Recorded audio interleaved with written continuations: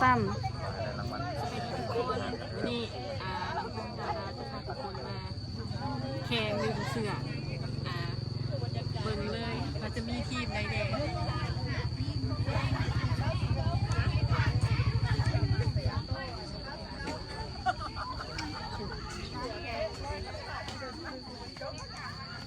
ต่างประเทศได้เสร็จทุกคนบิ๊กบิ๊ก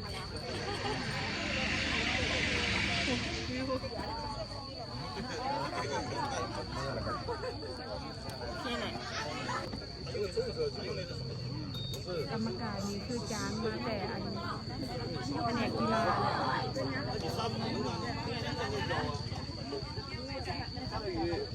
你不管是下雨，因为你是天天在浇水啊，啥的，那个是死的呀。他那个啥，他小五呢？他哪没吃？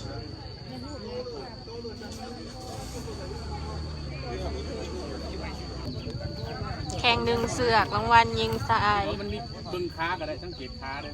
มีปีกมีปีกคือยิงมีปีกแล้วค้ากระตังการยกค้ากระตังกูใส่กล้ามไงเอาปีกกูเป็นกล้ามตาเงินรางวัล5,000 3,000 2,0002 ใน 3พัชนะทางละ1 ครั้งนะครับจะได้สิ่งนี้คือยังพูดว่าแบบนี้เตรียมจกสลากว่าจะแข่งกับทีมไหนมาลมมวยแข่งตกจังการ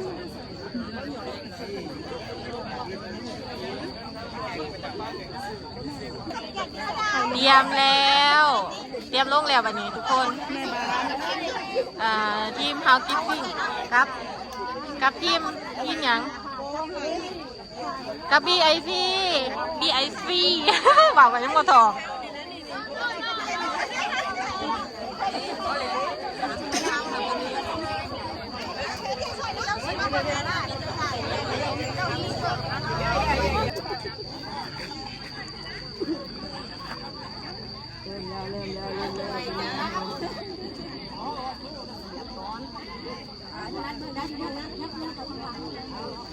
มีแต่ผู้สาวงามยังก็เกมมิ่งบ่เอาเกมมิ่งมีจักทีมโอ้เกมมิ่ง2 ทีม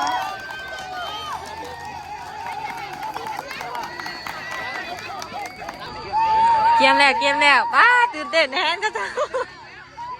แม่บ้านครับเกมมิ่ง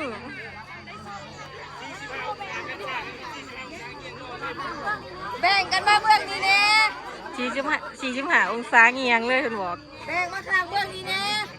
วรพร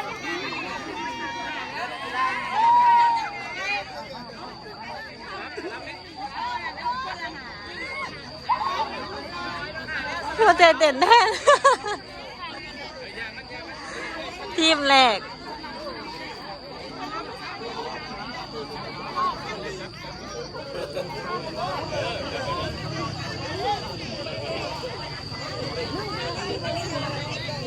กองเชียร์ยังไงกองเชียร์ยับเอาพื้นที่นะ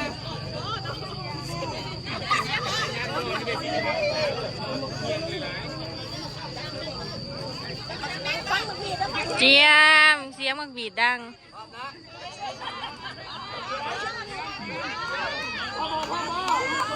กองเชียร์พ่อพ่อ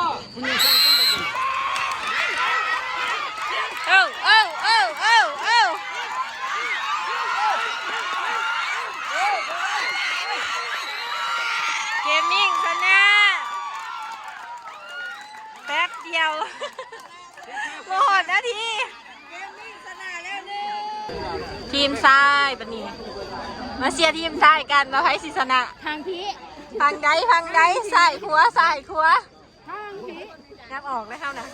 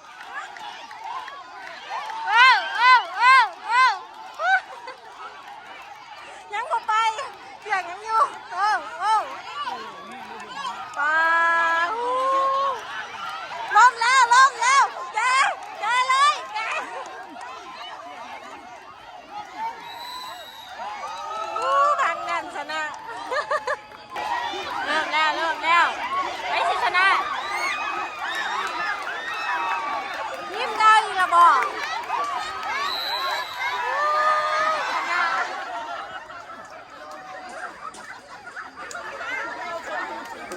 ทีมของการชนะ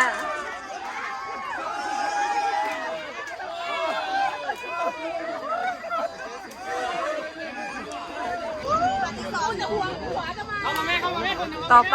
ปแผนกเกมมิ่งกับพอนใครที่ชนะก็เป็นเตเซีย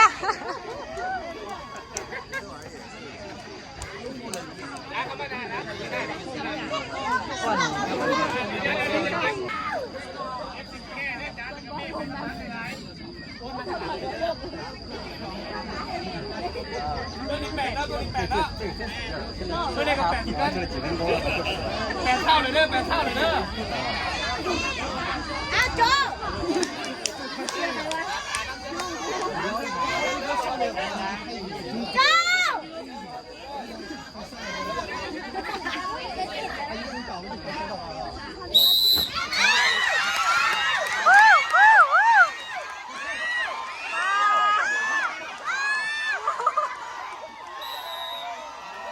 พอนชนะอีกหอบหนึ่งแผนกพอนชนะหอบทมิตรหอบที่สองใครจะเป็นคนชนะ แล้วก็ข่าวซิ่งเลย เปลี่ยนหอบกัน เปลี่ยนข่าง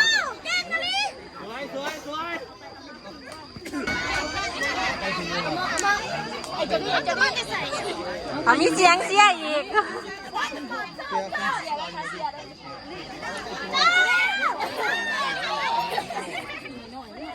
สารเกมไว้พวกแกทำสามารถเห็น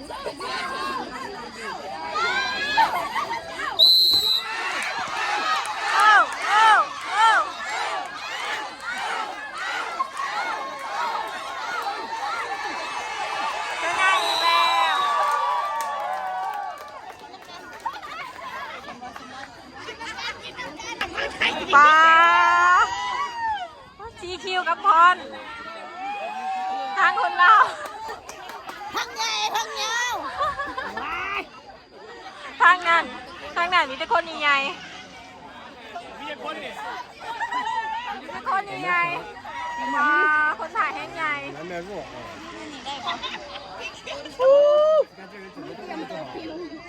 ป้าอยากก็ต้องปิ้วบาทเดียวเลยนี่นะปิ้วมาได้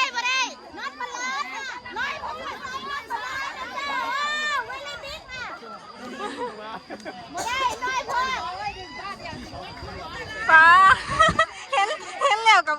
ผู้เลย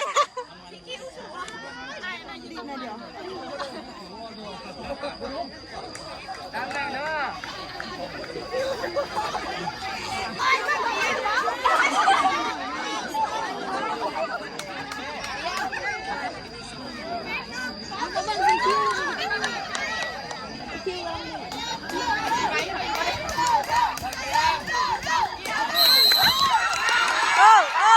ไล่ไปเลยป้าหมดนาที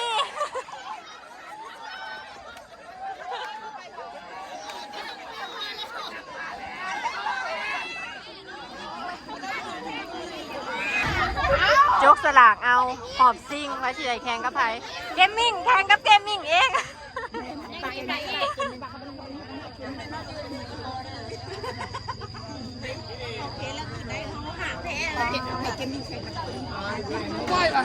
หอบซิ่งชนะไอ้ที่ข่าวหอบซิ่งที่หนึ่งไอ้ตอนนี้ที่หนึ่งที่สองทีมพอนกับเกมมิ่งเพื่อนเลยเขาก็ซ้อมหอบเลย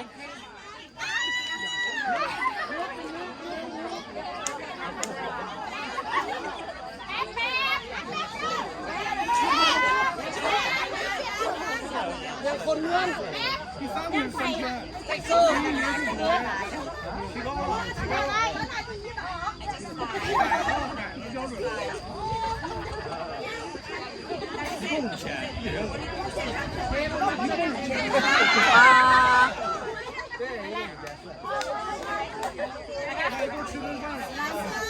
สู้ๆเด้อ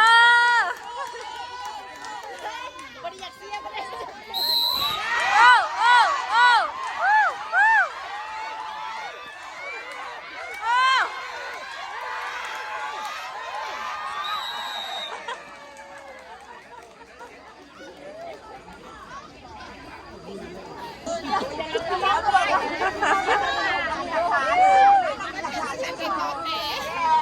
เปลี่ยนข้างไว้ที่เด็กขาวหอบซิ่ง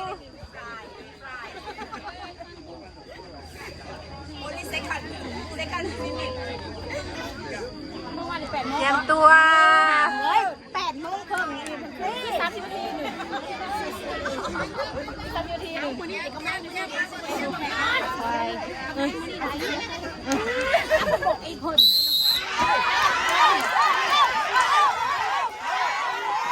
ถอยอย่างเดียวถอยอย่างเดียวเกมมิ่งซิ่งกับเกมมิ่ง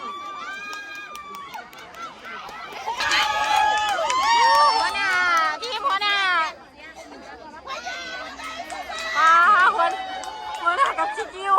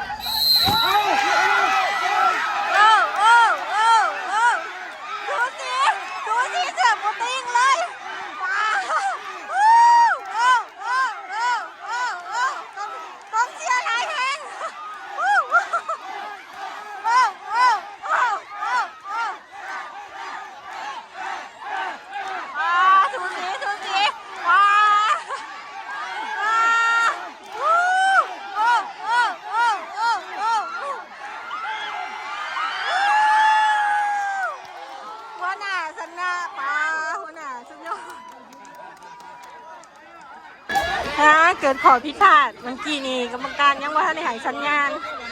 เมื่อยเปล่า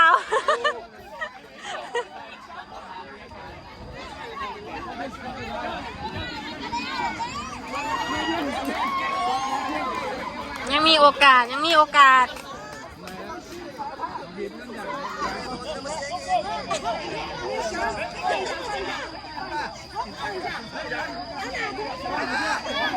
ถึงชื่อว่าไหนบริษัทของเรา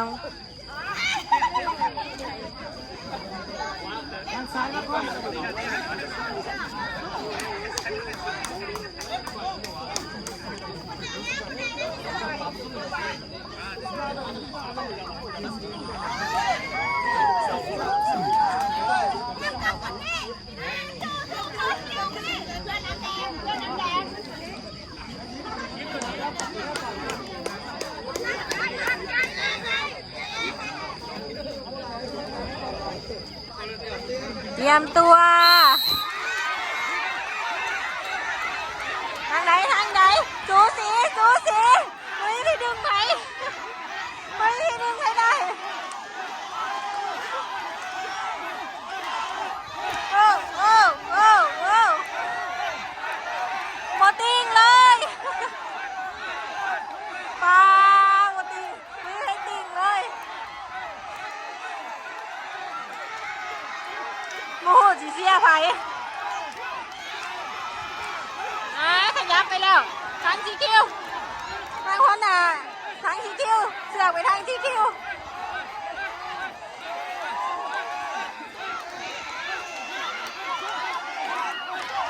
หน้าแดงไม่ได้ผู้ใดกันป้าทีคิวออกไปแล้วทีคิวไปแล้ว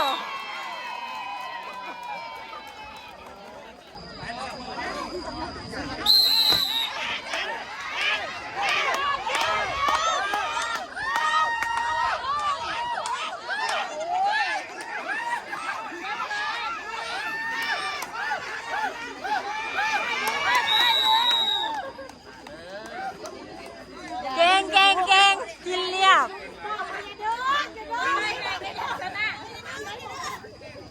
ที่สามทีมที่สามตัวแชร์ตบมือแน่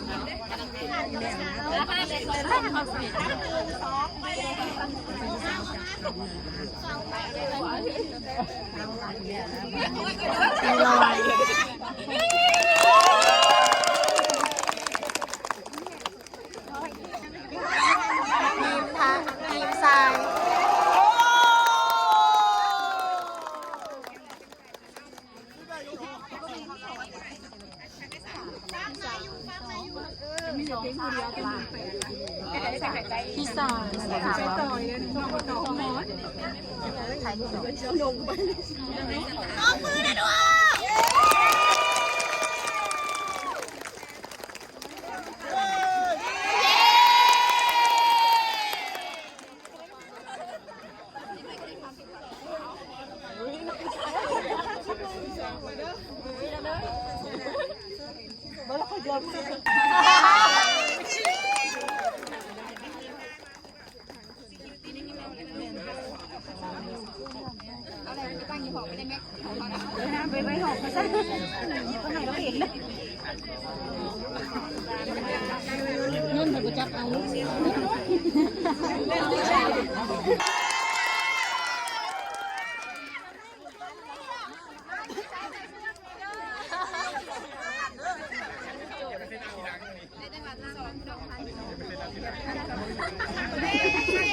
ยังใครถึงสุดแน่ยังใครถึงสุดแน่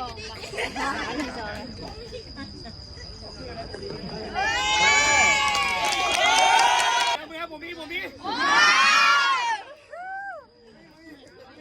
กลับบ้านโอเคมาที่หนึ่งเนาะ